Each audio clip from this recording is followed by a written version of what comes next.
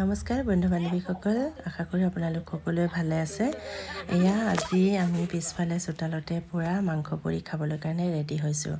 আৰু কিয় কৰিছো জানেনে মোৰ ছোৱালী আহিছে জুৱাই আহিছে গুৱাহাটীৰ পৰা দেউতাৰ 3 বছৰীয়া বাৰ্ষিক তিথি আছিল সেইবাবে আহিছিল আৰু এয়া মই ৰসুন মানে আৰু আদা জলকীয়া এনেকৈ খুন্দি পুৰা ৰেডি কৰি আছো কাৰণ বিলাহী পিটিকা দি আমি খাম আৰু বিলাহীটো কোনে পৰি আছে জানেনে মোৰ ছোৱালী ডাঙৰ ছোৱালী তাইও মানে পুৰা হাতে কামে লাগি গৈছে আৰু তাৰ পিছত মই বিলাহীখিনি খুন্দি মিলি উলিয়াই দিলো এনেকৈ ৰেডি কৰি ললো তাৰ পিছত কি খাম জানেনে গাহৰি মাংস আৰু চিকেন আছে বয়লাৰ দুইটাও আমি খাম আৰু ইমান ধুনীয়াকৈ মই এনেকৈ প্ৰথমতে আমি জুই চাঙত দি লৈছো খেক দি লৈছো ঢুঙা চাঙত তাৰ পিছতহে জুইত দিছো তেনেকৈ কৰি খালে